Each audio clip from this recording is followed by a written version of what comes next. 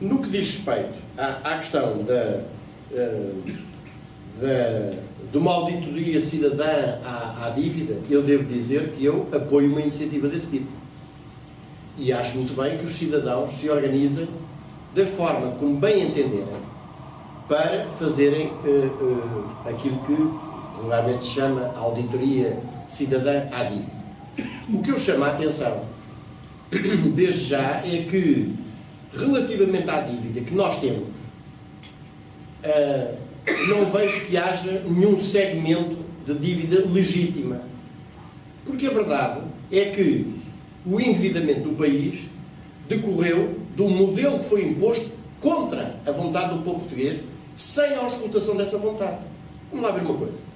Algum de nós, e agora refiro sobretudo aos menos jovens, para ser assim mais simpática, começar por mim próprio, portanto, que já teve idade para votar nessas eleições, foi consultado sobre, e foi posta a questão, olha, se por qualquer dos partidos que concorreram, se você votar em mim e eu tiver maioria e for convidado pelo Presidente da República a formar governo, a primeira medida que eu vou adotar vai ser pedir a adesão à CEE, fazendo essa adesão desta forma assim. Alguém foi consultado sobre isso? Não foi. Houve algum referendo para que as pessoas, precedido de um debate amplo sobre esta matéria, para que os defensores e os adversários dessa adesão se pudessem pronunciar em pé de igualdade, com respeito pelo princípio da igualdade de tratamento e de oportunidades das diferentes correntes de opinião? Não. E, portanto, aquele modelo que foi imposto pela apresentação do pedido de adesão à CEE, protagonizado pelo Dr. Mário Soares, quando do primeiro Governo Constitucional, e que é sucessivamente agravado com as negociações que vão sendo feitas, e que é ainda mais agravada, em particular, na parte respeitante à questão das pescas, não só, mas em relação à questão das pescas, quando se decide paralisar o processo de adesão de Portugal à CEE para que se concluam também as negociações com a Espanha, portanto, o que no fim fica assente é, de facto, a venda completa do essencial da nossa atividade produtiva aos países mais fortes. Foi isso que foi consumado. E chama a atenção para que nessa altura houve algumas forças políticas aqui não estou a pensar em partidos, estou a pensar até em pessoas sozinhas, portanto, correntes de opinião, vamos dizer assim, que se manifestaram contra. Mas ouviram de tudo. Aquela de que eu sou não apenas militante como dirigente, o MRPP definiu isso com uma frase, que foi: não é Portugal que entra na CEE, é a CEE que entra em Portugal. Bom, nós ouvimos de tudo.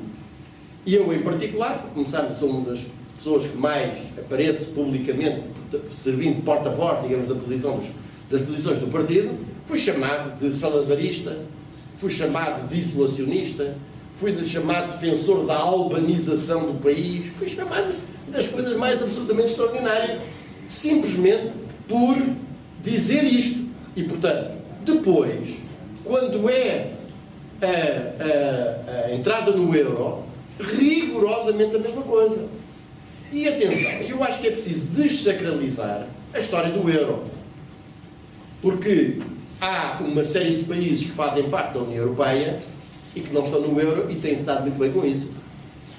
E, portanto, há aqui um argumentário catastrofista consistente em que é a Miguel Beleza, vamos dizer as coisas por nomes, a Miguel Beleza, bom, Portugal sai do euro e tem uma desvalorização de 90%.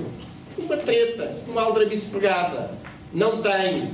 Não há nenhuma base científica para uma boca desse tipo. Existem pura e simplesmente a abafar o debate. Porque a verdade é que, dita uma coisa dessas, não resta mais nada para falar. Porque não é dada a palavra a outra pessoa dizer, sei lá, mas onde é que o senhor vai buscar esse nome? O que é que lhe permite dizer que se um país toma a decisão de sai do euro, e claro que esta medida tem de ser acompanhada de outras, é óbvio que essa medida tem de ser uma medida de um tal governo de unidade das forças democráticas e patrióticas, que tem de deitar as mãos ao sistema bancário, tem de ter a tropa no sistema bancário, no dia em que for essa medida para entrar em funções, e até é melhor não dizer muito mais pormenores, que é para os adversários desse tipo de medidas não se começarem a preparar muito. Mas toda a gente percebe que isso implica essas medidas. Mas, uma vez tomada essa medida, o que é que acontecerá? Acontecerá uma coisa fundamental, é que nós retomamos a nossa liberdade. O que é que podem fazer? A Alemanha vai espernear por todos os lados? Vai, obviamente vai espernear, mas há muito mais mundo que a Alemanha. Ninguém defensor desta medida, defende o isolamento do país. O que defende é uma coisa diferente, completamente contrária e subversiva relativamente aos ditames da Sra. Merkel, cuja teoria é a teoria do espaço vital. A Alemanha fez na União Europeia aquilo que as divisões Panzer, com a Sra. Merkel, aquilo que as divisões Panzer do Hitler não conseguiram fazer, com caráter duradouro, fizeram durante algum tempo, depois foram adotadas. E, portanto, isto é subversivo para a Alemanha. Sim, mas há milhentos, digamos assim, dando uma figura de estilo, há milhentos países no mundo. E, em primeiro lugar, a gente deve se preocupar de produzir para não ter que importar. E agora vamos lá ver uma coisa. E a primeira coisa que deve ser feita é assegurar que nós nos conseguimos alimentar a nós próprios e assegurar aquelas funções fundamentais do Estado.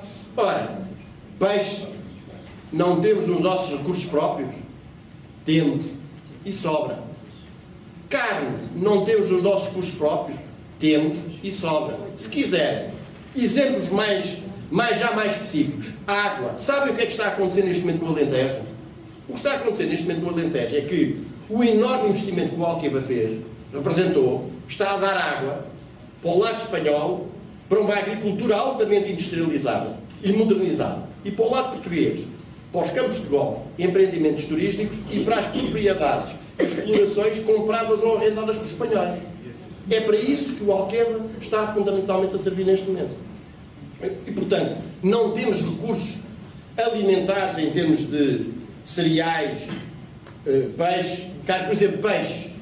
Nós temos águas territoriais, temos uma zona económica exclusiva e devíamos ter patrulhas construídas pelos estaleiros que este governo se encarregou de estourar em definitivo, de Viana do Castelo, exatamente para exercer a afirmação da soberania do Estado português sobre essas águas da zona económica exclusiva, e essa questão resolvia-se desta forma. A partir deste momento, aqui dentro, em primeiro lugar, prestam barcos portugueses. Bom, entra um que não está autorizado. Bom, estão lá os navios da Marinha de Guerra para isso terem a sua função. Não estou a dizer que é para matar pessoas. Mas, em vez de se assistir ao que hoje se assiste, que aproveito para vos dizer que a capacidade operacional, por exemplo, ninguém discute qual deve ser o papel das Forças Armadas nesta situação. Ninguém discute. E era muito importante discutir. E reparem, é um marxista-leninista que defende a extinção do Estado e o desaparecimento, numa fase subsequente, do Exército Permanente, que está a levantar esta questão. O que é que nesta fase, que corresponde à constituição de um governo de unidade democrática e patriótica, de um governo para aplicar este programa de saída do euro, rejeição do pagamento da dívida, um plano de desenvolvimento da economia nacional, qual é o papel das Forças Armadas? E que tipo de Forças Armadas é que a gente deve ter? Bom, e já agora, adiante, ninguém perguntou isso, mas olha, aqui vai. Exército deve ser fundamentalmente, o Exército é para nos defender de uma invasão armada? É óbvio que não. Aliás, a gente tem uma tradição na história que Exército oficial debandou a 7 pés sempre que houve invasões, e foi o povo com forquilhas e pás e enxadas na mão que defendeu a sua pátria. Aliás, o santo condestável estava-se quase a bandear para Castela quando aquilo na batalha lá mudou de campo e ele aparece num grande herói. Mas enfim, a função do Exército é uma função de afirmação da unidade da unidade e do Estado. Quer dizer, o facto de haver uma unidade militar, em vez de nós estarmos a assistir à lógica que neste momento encerra maternidades, e portanto temos bebés a nascerem em Espanha. É verdade. Um dos maiores crimes contra a soberania. Diga? Para mim é um dos maiores crimes contra a soberania. Bem, então, estão a nascer, saberão, e sobretudo as pessoas que têm familiares ou que conhecem a zona da raia portuguesa, neste momento nós temos inúmeras crianças portuguesas que, como o serviço de obstetrícia, dentro daquela lógica da super esquadra, da super escola, do super tribunal, encerra tudo e mais alguma coisa. Ora bem, a presença de uma unidade militar do Exército significa isto é Estado português, isto é território deste país, com estas características. É, sobretudo, uma imagem simbólica nesse sentido, e para certo tipo de medidas, aquela da tomada da banca tem um papel a desempenhar. Depois nós temos, sobretudo, dois ramos das Forças Armadas que têm um papel fundamental a desempenhar neste programa de desenvolvimento económico do país, que é uma Força Aérea e uma Marinha empenhadas fundamentalmente em dois tipos de missões: patrulhamento, busca e salvamento. A gente um dia destes perde da nossa zona de busca e de salvamento para a Espanha, que há muito tempo anda a mirar essa hipótese, por perda de capacidade. Nós temos a capacidade operacional da nossa esquadra 751, que é uma menina dos olhos da busca e do salvamento, e que é um motivo de orgulho, e fundadamente no limite da capacidade operacional. E isto significa os aparelhos a voarem no limite da sua capacidade para voar, a inexistência de subexcelentes, maravilhas da manutenção para aguentar aquilo, as pessoas com menos de metade das horas de operação que eram necessárias para assegurar um efetivo patrulhamento, etc, etc. E Marinha, sobretudo, nós não precisamos de fragatas MEC para coisa nenhuma.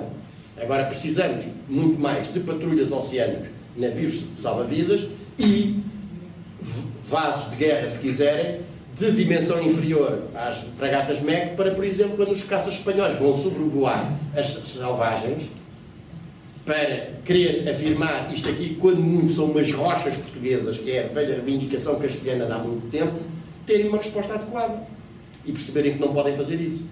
Quer dizer, não, isto não é um preconceito anticastelhano, que aliás eu reconheço que existe. Tenho. Mas não é um problema de preconceito anticastelhano, é um problema de preservação da independência. Da nossa independência. Não gosto de pasta de estrangeiros. Pronto, dito as coisas é assim. Ora, isto é só para fechar o parênteses para dizer o seguinte: isto nunca se discute. Porque isto significa, então os estaleiros de Viana do Castelo não deviam ter fechado. Porque uma das tecnologias que eles conseguiram, que eles tinham, e a capacidade é precisamente para construir os navios de patrulhas oceânicos de que a Marinha precisa. Então, por exemplo, a siderurgia e a aciaria, que nós fechámos todas, não deviam ter fechado, porque isso é absolutamente essencial, não só para a construção de navios, para as folhas de aço, como para a construção dos carris, dentro daquele plano que eu há bocado referi. O grande porta-contentores que chega a Sines e encosta, parte dessa mercadoria, o essencial em termos de carga pesada, vai por via férrea. Mas há outra parte que vai por via rodoviária regional. Aí, eu digo, o transporte rodoviário tem o seu papel a desempenhar. Eu não estou contra que se tenham construído vias rodoviárias, atenção, porque é também uma forma de ridicularizar estas posições. É dizer, se calhar continuava a custar que se levasse 8 horas a chegar a Bragança. Não é isso. Agora, talvez não precisemos de 3 autoestradas para o Porto, por exemplo. E gastou-se aí porque era o que convinha à lógica, designadamente do escoamento dos produtos agrícolas de Espanha para os nossos supermercados através dos tiros. Mas isso não tem nada a ver com os interesses estratégicos do país. Dizia eu, por algum transporte rodoviário, e o resto pelo chamado transshipping. O que é que significa o transshipping? Significa a transferência para navios menores, de tonelagem menor, que podem agora passar pelos diferentes portos nacionais e até internacionais. A costa europeia tem 150 vezes mais portos do que a costa africana. Não obstante, em termos de distância quilométrica, ser menor. E, portanto, a densidade de portos torna rentável que parte daquela carga que é descarregada em Sines para ir, por exemplo, para uma zona do Mediterrâneo, seja rentável ir com um navio de menor dimensão que está ali ao lado, que é carregado e que zarpa imediatamente com parte da carga que o outro trouxe. Isto significa o quê? Que é importante ter uma construção naval, não necessariamente e para já dos tais porta-contentores que são feitos na Coreia, designadamente, mas para esses navios. Viana do Castelo construiu. Os chamados bananeiros da empresa de navegação madeirense e da empresa insulana de navegação, que fizeram durante décadas as viagens entre, como se dizia na altura, o continente e as ilhas adjacentes, regiões autónomas, foram todos construídos. Madeirense, Funchalense, da empresa de navegação madeirense, o Madalena e o Gorgulho, da empresa insulana, foram todos, tiveram várias gerações, há o Madeirense 1, o Madeirense 2, o Madeirense 3, um deles até está afundado a propósito do Porto Santo e é hoje um viveiro de peixe, foram todos construídos em Viana do Castelo. e com pleno êxito. Foram navios que cumpriram plenamente as suas funções. O que é que isto significa? Estaleiros. Agora, havendo estaleiros para construir, há estaleiros para reparar. Então, e agora o grande porta-contentores, que fez uma viagem pelo Pacífico e depois pelo Atlântico, e que tem que fazer uma operação de manutenção ou de vistoria, onde é que é rentável fazê-la? É agora sair daqui de Sines para ir fazê-la, por exemplo, em Roterdão, ou é já que está ali em Sines, ir ao lado e reparar em Setúbal, por exemplo.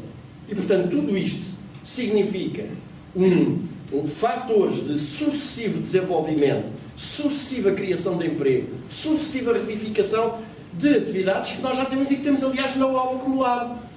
Se os forem, e seguramente já terão ido, pelo menos alguns de vós, em tempos recentes, a Associação 25 de Abril esteve lá no piso de baixo da entrada, onde se fazem os colóquios, esteve uma exposição de artigos de arte. Um deles, lá estava,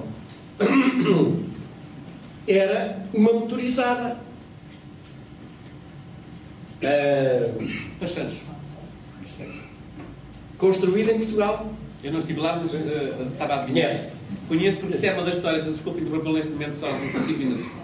Eu, quando era miúdo, gostava muito de mecânica e nasci em Alveias, ia para tomar estudar e corria a ver se encontrava uma marca portuguesa. Não encontrava nenhuma, era uma tristeza medonha.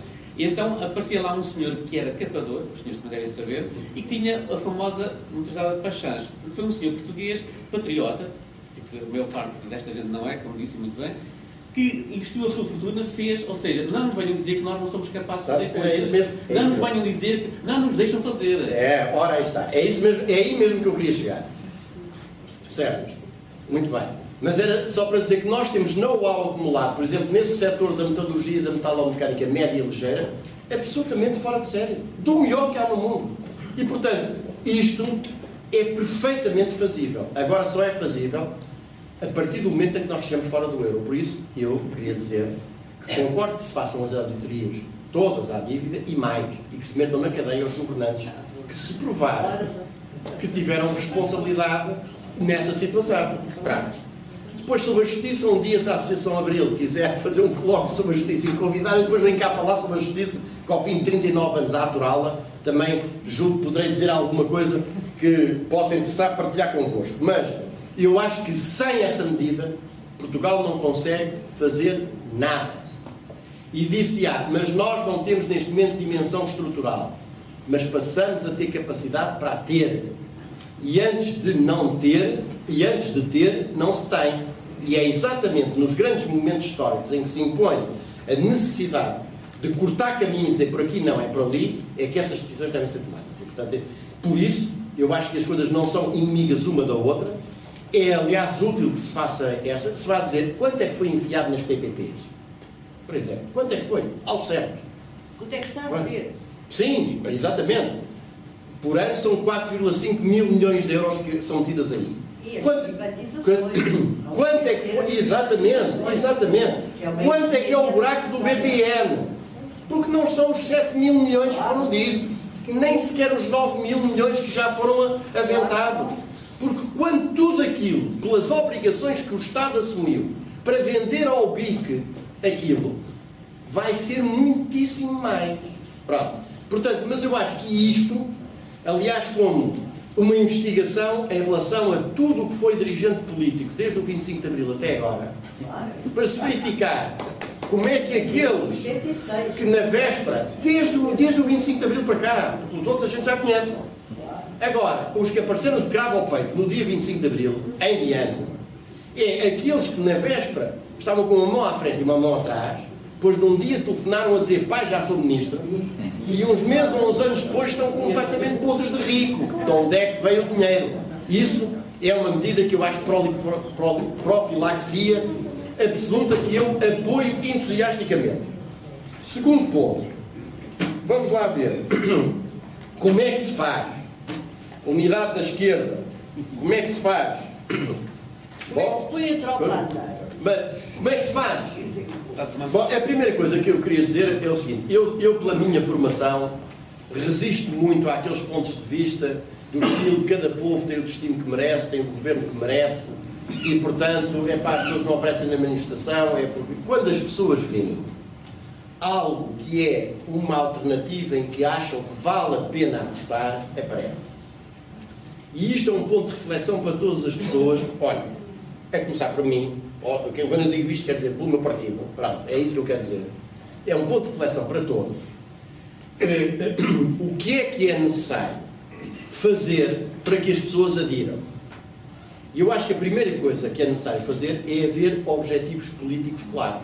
Uma das razões porque eu acho que os movimentos sociais que chegaram a ter uma manifestação de meio milhão de pessoas, uma da Praça de Espanha, e depois não conseguem, é porque eu acho que aquele movimento podia, sem correr o risco de ser identificado com isto ou com aquele outro, então isto afinal é do partido X ou do partido Y, dizer, o nosso objetivo é correr com o governo. Se tivesse definido claramente o objetivo do derrubo do governo e do Presidente da República com ele, porque se o governo está em parte exatamente por ser sustentado, eu julgo que isso conferia um objetivo que unia muita gente. E, portanto, as relações políticas e sociais são algo que se altera com grande velocidade e desde que se definam objetivos políticos corretos, quando as pessoas acham que vale a pena, as pessoas aderem. Eu acho que o resultado das últimas europeias fornece um campo de análise muito grande. Porquê é que há 70% de eleições? É que 70% de abstenções, 9% ou 8% de votos brancos e nulos e 9% em partidos não parlamentares, significa que a esmagadora maioria das pessoas votou com os pés.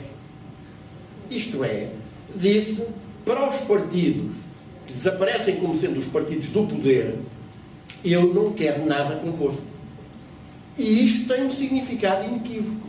Agora, compete aos partidos, às forças políticas e sociais que estão contra aquela política, afirmar-se como alternativa. Porque esta situação é também uma situação perigosa. Atenção, porque os fenómenos de enchimento de coisas que a gente está mesmo a ver, que não são consequentes, são típicas de épocas de relativo impacto entre as forças da Revolução e da Contra-Revolução, em que os setores intermédios da sociedade, designadamente aquela pequena e média burguesia que está muito chateada porque está a ser oprimida e também está a ser lixada com os impostos e com isto ou com aquilo outro, mas ao mesmo tempo ouve falar em revolução e fica assustadíssima. E, portanto, quando aparece um salvador da pátria a fazer apelo à ordem, à estabilidade, à confiança no futuro, não nos esqueçamos que o Hitler chegou ao poder ao colo dos operários, votado por operários. Portanto, é uma situação, digamos, com muitas potencialidades, mas simultaneamente perigosa. E o que eu acho que o que é preciso aqui fazer é as pessoas discutirem sem preocupações de eu tenho que passar por cima daquele, eu tenho que impedir que aquele fale, eu tenho que não sei. Eu já passei aí por episódios profundamente negativos, não os trago para aqui, mas profundamente negativos ao nível dos movimentos sociais, por pessoas a quererem impedir a minha presença ou aparecimento nesses movimentos porque eu gastei para ele do PCTP e MRPP. Desculpem a expressão. Quer dizer, então se reservassem essas energias para correr com os fascistas e com os polícias e com não sei o quê, não era melhor? Vamos lá ver uma coisa. Devem preocupar-se em discutir princípios. Por exemplo, nós hoje temos um problema que é este. O PS, a política do PS, quanto ao euro, quanto à dívida, o PS do seguro, tem alguma diferença de sinal substancial relativamente ao do PS e CDS? Nenhuma. E coitados de nós, coitados daqueles, designadamente de trabalhadores, que pensem que, em vez de votarem no Passos Coelho e no Portas e de votar no seguro, teriam um caminho alternativo. Agora, isto decorre de quê? O PS está preso numa armadilha. E a armadilha de uma contradição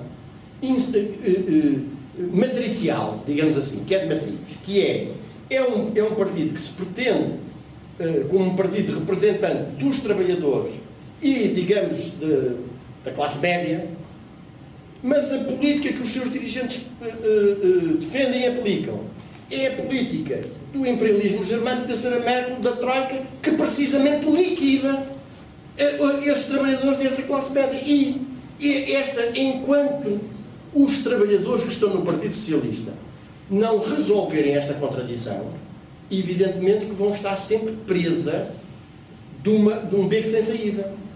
Agora, isso não quer dizer que a gente diga às pessoas que votam no PS são toda uma camada de reacionários, não são. Muitos dos votantes do PS são trabalhadores que querem honesta e firmemente um futuro para a sua pátria, que não concordam com as políticas da Troika, mas que são aqui iludidos.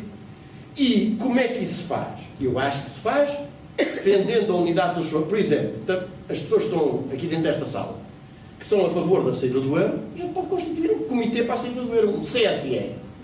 Inventei agora aqui um CSE, Comitê para a Saída do Euro. Pronto. Umas pessoas têm partido, outras não têm, um nem as dentro, outro é piloto, o outro não tem partido nenhum. E mais, e reparem, isto quando eu digo unidade democrática e patriótica, é uma coisa diferente do que algumas forças políticas, designadamente o PCP, que eu acho que também faz parte deste campo e devia fazer parte deste campo, no entanto defende uma coisa diferente, diz um governo democrático e de esquerda. Isto não é a mesma coisa do que eu estou a dizer, porque eu estou a dizer um governo de unidade democrática e patriótica, que abrange setores da sociedade e pessoas que podem não ser propriamente de esquerda, mas que são suficientemente democráticas e patriotas para alinharem num programa deste tipo. E, portanto, essas pessoas ficam de fora se adotam uma fórmula demasiado restritiva. E é um erro restringir isso. Esta unidade tem que ser uma unidade o mais ampla possível. Os relvas, os coelhos e os portas não cabem cá. Mas, se calhar, há até algumas pessoas do PSD cabem. Ou votantes do PSD, é isso que eu estou a querer dizer. E, portanto, o que nós temos que fazer é, a primeira coisa, não ceder nas questões de princípio. Eu acho que há uma lição que a humanidade nos coloca. Duas. A primeira é, a humanidade nunca colocou nenhum problema que não começasse concomitantemente logo em busca da solução para ele. Segundo, a experiência de luta dos povos, e designadamente dos portugueses, mostra que lutar compensa. Ajoelhar é que não compensa. E, portanto, não desistir. Combater, neste caso, por, de facto, chamar as estruturas.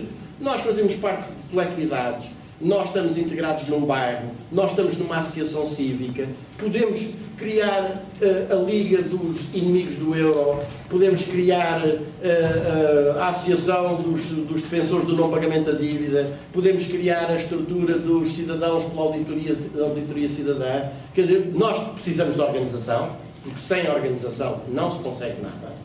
Mas esforços inorgânicos, a gente tem a experiência do 18 de janeiro de 1934, e não nos devemos esquecer nunca disso, uma revolta cheia de generosidade, de luta contra o regime fascista, que foi completamente isolada e massacrada, exatamente por não ter por trás, digamos, uma organização.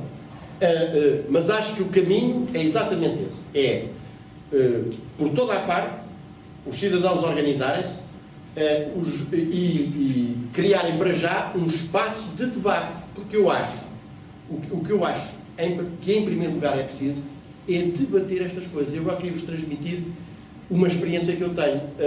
Eu como sou... Certo. Eu de vez em quando recebo assim uns convites. Por exemplo, um dos últimos, eu dou-vos já a palavra, um dos últimos convites foi um professor da Albergaria à Velha, que eu não faço a menor ideia de quem é. Quem era, agora sei quem é. Lembram-se de me enviar uma carta, um e-mail para o Dr. Garcia Pereira dizer: estaria disponível a vir cá aqui à Escola Secundária da Albergaria à Velha, falar aqui sobre os valores da esquerda e o que é ser de esquerda agora em 2014 em Portugal. E eu, que tenho nisso, desde os tempos do meu avô, que era um velho republicano e jacobino, foi o penúltimo ministro das Finanças da Primeira República e um dos líderes da Revolta da Madeira, e pagou com isso, por isso, o ter sido deportado, ter sido perseguido durante toda a sua vida.